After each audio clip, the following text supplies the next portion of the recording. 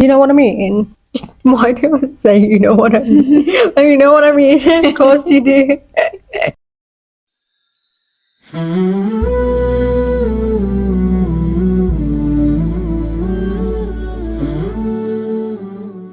Assalamu alaikum.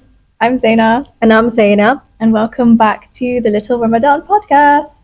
This is episode 2. Yeah. And today's book is going to be Secrets of Divine Love by Helwa. Quick reminder, we're raising money for charity for Revive to gather donations for shelter in Gaza. So they're going to, inshallah, raise money for furnished shelters with rugs, mattresses and bedding. The link will be available on our Instagrams. Yeah, and down below as well if you're watching this on YouTube. Yeah, so please do donate if you can, inshallah. And if you can't, please just share the link. And Jazakallah to those who have donated already. Yeah, Jazakallah. We've already hit 1,100. When I was in my taxi on the way home from work, literally on Thursday, I was speaking to my driver about the podcast and the fundraiser and whatever. And I usually pay him £40 for my journey from where I am, obviously, to home.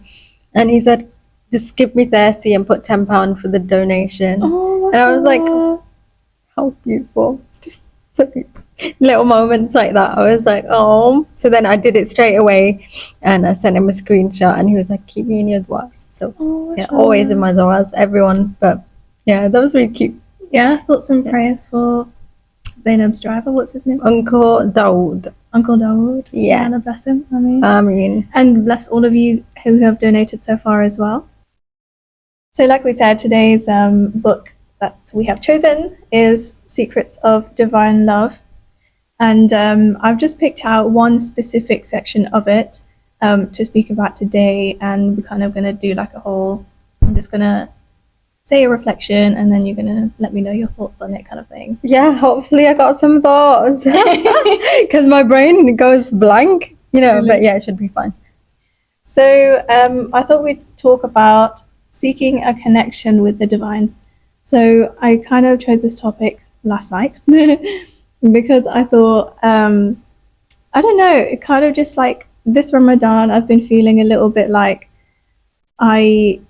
I'm doing the motions, I'm praying, I'm doing, my dhikr and everything, but it's another thing to actually feel that connection and a strong connection as well to Definitely. Allah. So I thought, okay, let's have a read of this section and maybe it will be of benefit to everyone else as well. So then when I read the whole section, all of it was essentially about getting to know Allah.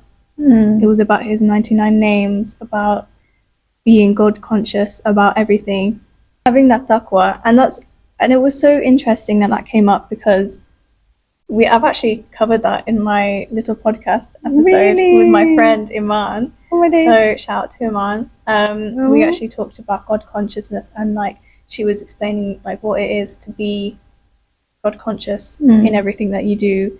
And it's basically similar to this kind of idea that you just see God in everything. Yeah. And we're going to go into a little bit more detail about what I mean by that. Because I think this chapter really fully explains it. Okay, I'm excited. About what that means. And then through getting to know Allah, through his names and through seeing him everywhere, that's how you build that connection. Kind of linking it, actually, I'm going to say that later as well. Yeah, okay. I'm going to pace myself. When you have so much I love to say, it. You're like so ready to go. I was just so ready. I'm excited. I love it. Let me just say everything all at once. So before I read out the quote, I kind of want to just go over kind of what I got from it. Okay. And then I'll read it and then see if you've got anything to add. How our souls, as people, as humans, we just have this kind of innate yearning within ourselves for a reliance upon something bigger than us. Because we know we're imperfect. Yeah. We kind of look to somewhere, whether that be God, for non-Muslims, I don't know, some people kind of look to the universe. Yeah. And then obviously in other religions as well, there's the Hindu gods, and essentially all religions, there's something bigger than ourselves. And it works because that's what our souls are yearning for. It's kind of like what religion does for people, according to psychology. Yeah. It's like it provides that sense of, we know that we're imperfect, but it's okay because there's this perfect being or this perfect universe that we can rely on. Yeah. Yeah. And that's what makes us not go insane, if that makes sense. Understand. Yeah. But obviously we're talking about Muslims. And obviously that perfect being that is beyond ourselves is Allah. We know what the truth is. We already know what Islam teaches. We already know what we have to do. Yeah. We know what good deeds are. We know what's going to get us, inshallah, to heaven. Yeah. And we're all just getting on with it, really. But very few people, I'd say you're one of them, kind of stop and be like, this is actually really beautiful, and kind of delves deeper into who is Allah. Yeah. And why, asking the question why, basically.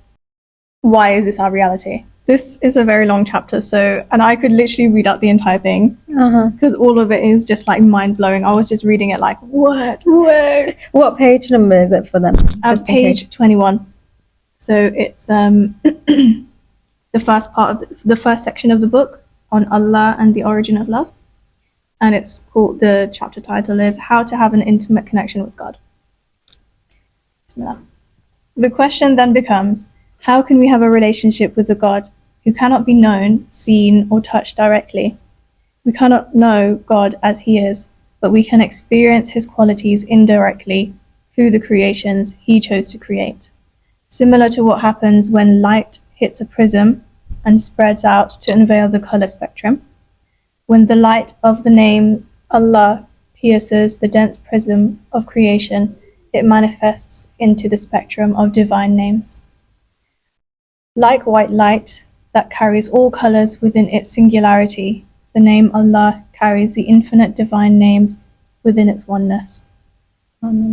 However, since singularity, unity, and oneness cannot entirely be comprehended by the human mind, Allah reflected his singularity into the multiplicity of creation through the manifestation of his divine names. Everything in creation is created from a unique recipe of Allah's names. Similar to how all physical matter is broken apart into chemical elements that are organized into a periodic table, the divine names form a table in the spiritual dimension that allows us to experience an infinite God, one name at a time. Beautiful. Isn't that crazy? SubhanAllah. I just really like the whole prism idea, because it kind of like puts into perspective how Allah can be so many things, but he's also one. So I'm going to pause there before I carry on and ask you a little question, Zainab. Was there ever a moment in time you remember reflecting on the purpose of life in this way?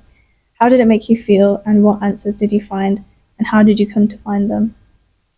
It's a really deep question. I think we, like you said, we see God as, obviously, we already know when we learn about Allah subhanahu wa ta'ala that they always say he is one, he is eternal. And we see him in such a positive kind of light, like that prism. I really like the analogy of how the white light is just one, and then the colourful rainbow is all of the 99 names. And I don't, for instance, I don't know all of the 99 names by heart, I must admit, but I think it's beautiful to know that there's different attributes that can relate to what you're going through. So I think we spoke about, what was it, Al-Wakil in the last episode, the disposal of affairs. I really resonate with that one. And also Al-Ghafur, forgot what that one stands for. Forgiver of sins. Yeah, something like that.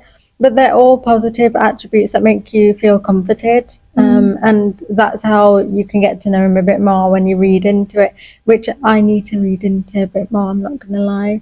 No, same. Yeah, because I'd love to know all of them by heart, but I know about the first 15, and then after that, because there's that nasheed, isn't there? Sami Yusuf. I was just thinking, I was listening to that on the way here. Yeah, so that one is like really beautiful because it's got obviously the names and the meanings on the screen.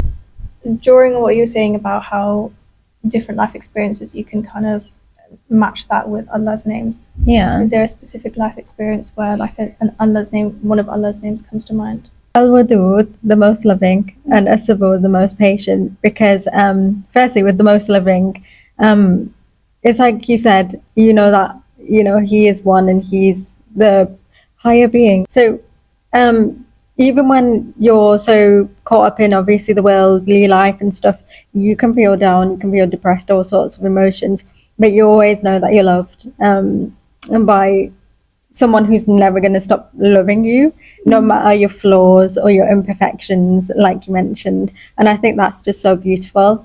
And then As-Sabur, because like I said, we're human, so we can make lots of mistakes and we have lots of flaws. A lot of mistakes. Yeah, we can be on a roller coaster journey in our life, where sometimes our deen fluctuates, and we may not be as close sometimes, or we may be closer if we're going through something as well. And he's the most patient, so he'll always be patient with us, even if we're taking not obviously taking a step back because we want to. It just happens because he gets into the dunya. Does that make sense? No, that does. And yeah, make what sense. I'm saying. No, yeah, it does, and it kind of reminds me of what I went on a little bit of a binge watch last night of Honest Tea Talk. Oh, love that. It was so sad. I finally brought myself to finish the last season and the last episode, and I was like, no, it can't end here.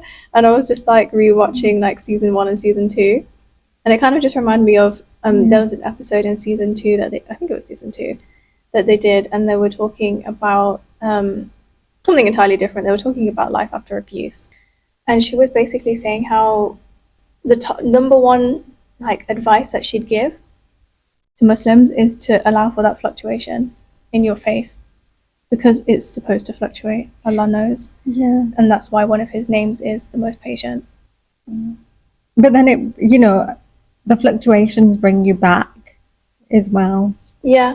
You know what I mean? That's the whole point of it, I feel, because every time you're brought back to Allah. Yeah. But then we're also tested with patience too. Yeah. In our lives, which brings us back to him. So they do link. Does that make sense? I think everything's linked. Yeah, I was just thinking in my head, like, you could just link human qualities in general to Allah's qualities. Yeah. We can be patient, we can be loving, we can be kind. And I guess that, like you saying that, them attributes makes us shape our character, but obviously all of the attributes that Allah subhanahu wa ta'ala has, we should all have to be good people. Yeah. And have a good character, because And it just means that his attributes are divine. Yeah, to ours. exactly. It's beautiful. So it's kind of connecting to what we've already said about how getting to know Allah's qualities and then kind of being conscious of it every day is how you seek that connection. The more familiar you are with something, Yeah, the more kind of attached you are, I and the agree. more kind of love you feel for that thing. Allah's telling us in the Quran, like, the only thing worth being attached to in that way is him. But that is the thought that comes to my mind straight away is, we know, like, if you attach yourself to people, you can get hurt. Like, you know what I mean? But the attachment with Allah subhanahu wa ta'ala is so strong that that's never gonna hurt you. Like, it's like we said before, it's the handhold that never lets go. You're never It's going to be so disappointed. strong. Yeah. You can rely on it. It's pure 100% reliance. But people, it's like, even in life, people come and go. It's like chapters of your life. People come and go. You're not going anywhere. By the way, this is not a chapter. This is like the whole book. But I'm the main character. Yeah, exactly. But yeah, that's the thought that just came to my mind. So I thought that. No, it's true. And I think it's just interesting that people do that. Like, they attach themselves to humans and then they kind of feel that disappointment when things don't go right, even though it was inevitable, because people aren't perfect. Yeah. Something's always going to go wrong. And it's like, you could save yourself from that. disappointment, because you're never going to be disappointed if you attach yourself to Allah. Exactly, and it's that disattachment. And then if we relate it back to obviously this month of Ramadan, it's all about disattaching ourselves from worldly things in life. And then it takes me to something I just thought about the heart and the qalb, and whatever enters the heart is obviously just Allah subhanahu wa ta'ala and nothing else. Because if anything else enters the heart, well, we're going to go on to that in another episode in detail. So I won't say the analogy here, but it just brought up that feeling for me about, keeping your heart clean and pure and not really letting anything come into your heart so much that you get taken into this whole worldly life, if that makes sense. It does make sense, and it kind of reminds me of Dr. Hayfa Yunus's Ramadan series, My Dear Heart. I mentioned. Actually, no, that was also in the first episode, so I haven't actually mentioned that yet.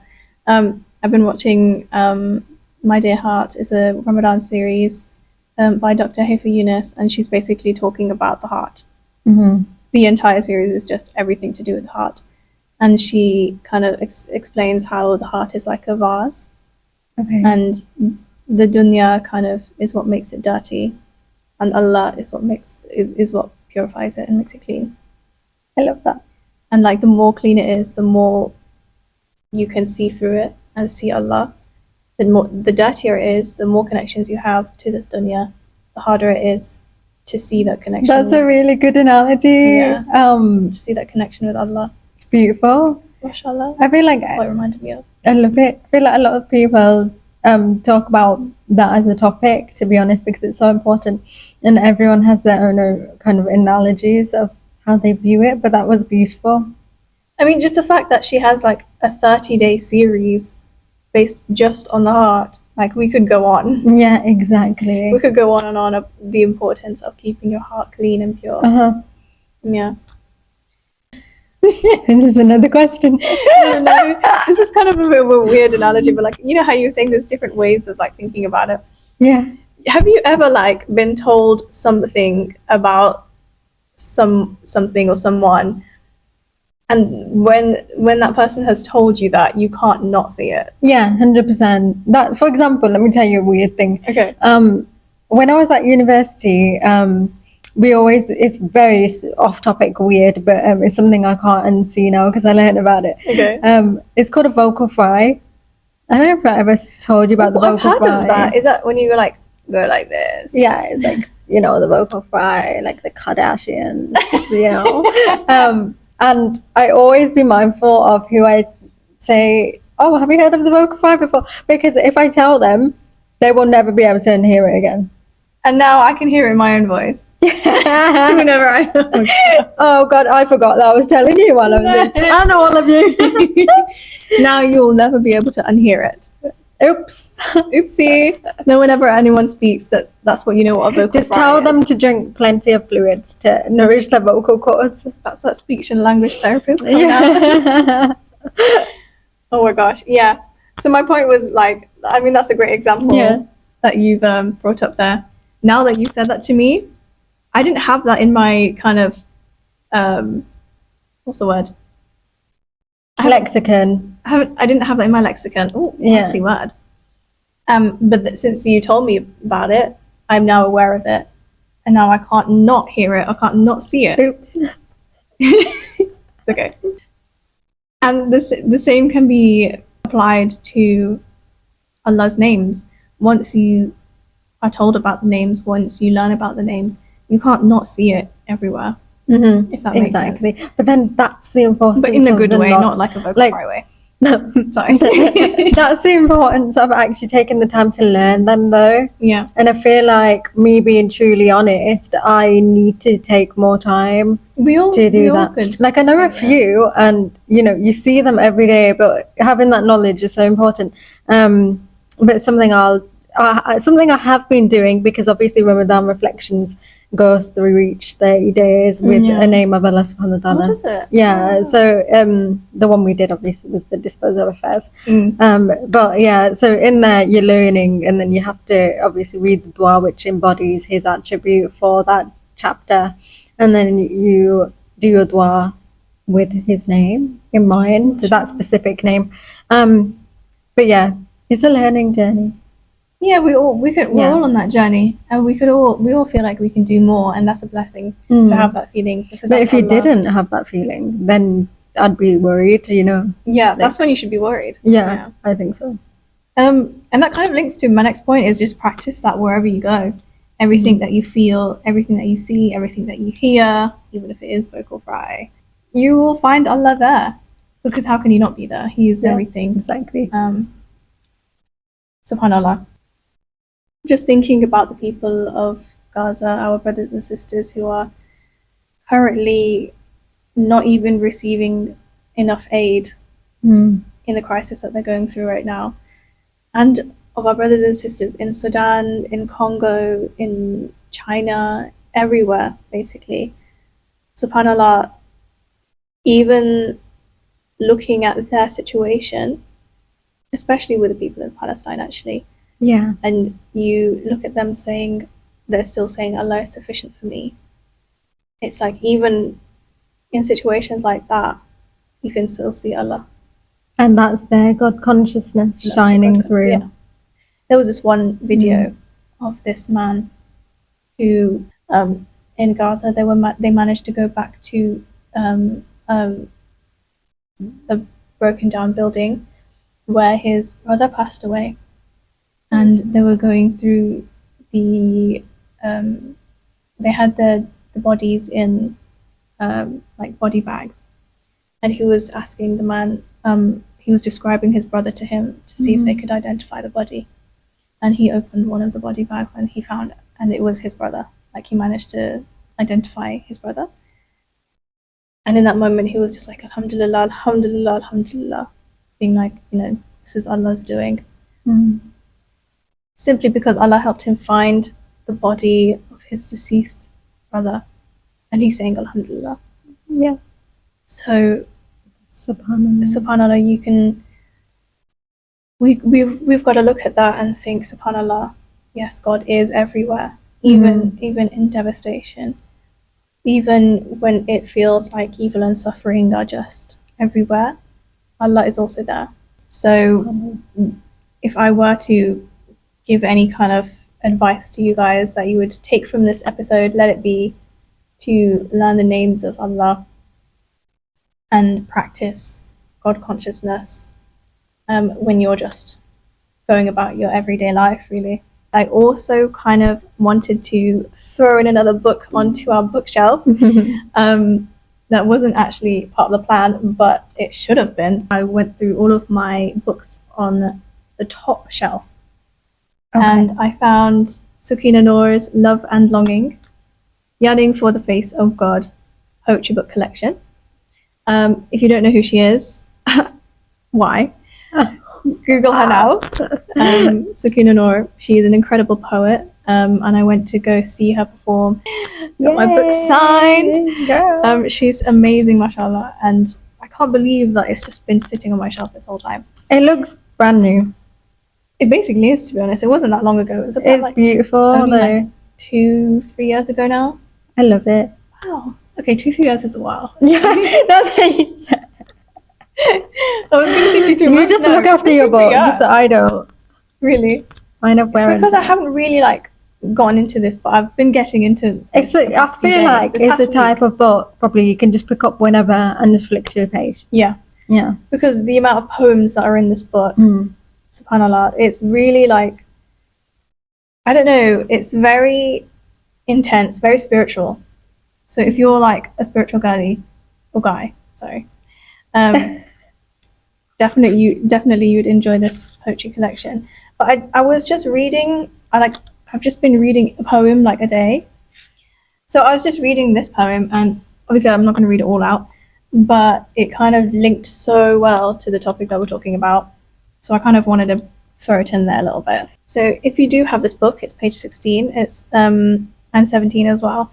I'm just going to read World of Forms first a little bit, and then I'll go on to the poem. But this is not, it's more of a prose piece on this side. I don't know, am I allowed to read it all out? Is that copyright? I mean, maybe just read the end part. I think she put a few questions in there. Yeah. When I read them. And I really like that. Okay, so we're going to go for the middle part then. Yeah. Just surrender, beloved. Just surrender. If everything were perfect, would we turn to him empty-handed in the depths of the night? How would we know light if we didn't experience darkness? How would we know joy if we didn't taste sorrow? How could we appreciate companionship if we didn't sit with solitude? And how would we value life if we didn't witness the ruthlessness of death? All are signposts pointing to the majesty and beauty of God. Being conscious of the fingerprint of the Most High in every moment opens a possibility for us to dwell in the abode of eternal nearness all the time. What a comforting thought. I love how she said, what a comforting thought at the end. You do just feel comforted. It's comforting, it's security, it's going back to that safety. It is the safety blanket, the warm, big hug. That's how I describe it. Holding of the hand. Yeah. Okay, and then this poem is called I Love You. And it's essentially about, just to summarize it quickly, it's basically about Sukina saying how much she loves God, because it's like, okay, I'll just read a little bit and you'll see. Yeah. I love you because I know you hold within you his greatest secret. You just don't know it. I only just found out. The breath of God in your essence is a doorway to his presence. And he is present right now. We are exactly where we are supposed to be. And then it goes on to say, essentially, before everything that happens in life, before Adam alayhi salam, before Eve, before everything that happens, this moment was written. And then towards the end of the poem, she says, he is the cause and the cure, the before, and the after evermore. Before that cold December morning, when God spoke through him to me and invited me on a journey over the hedges of make-believe into the meadow of reality. I am here, right here. Do you not want to know me? I was a hidden treasure, and I wanted to be known. Do you not want to know me? All signs pointed to Rabbil Alameen. Before I dared to claim my existence, this moment was written. It's like beautiful. powerful stuff. I don't like the way she writes is so concise. I just love like her poems, mashallah. She's I'll definitely be getting the book. Yeah, love and longing, yearning for the face of God, and I'm actually going to touch on that next. Is this idea of the face of God? Because obviously we don't actually mean God's face. No. In the sense that everyone is probably thinking right now. And the reason why it connected so well to what this chapter that I'm reading from is saying is because there's literally a whole paragraph that explains this whole idea of the face of God. It says, here the word face does not mean God has a face like a human being because God is formless and beyond time and space. The word face in this verse is metaphorical and refers to God's essence and how it is mysteriously reflected in all of creation. Allah's omnipresence in all things is reiterated when the Quran says, he is the first and the last, and the outward and the inward, and he has knowledge of everything.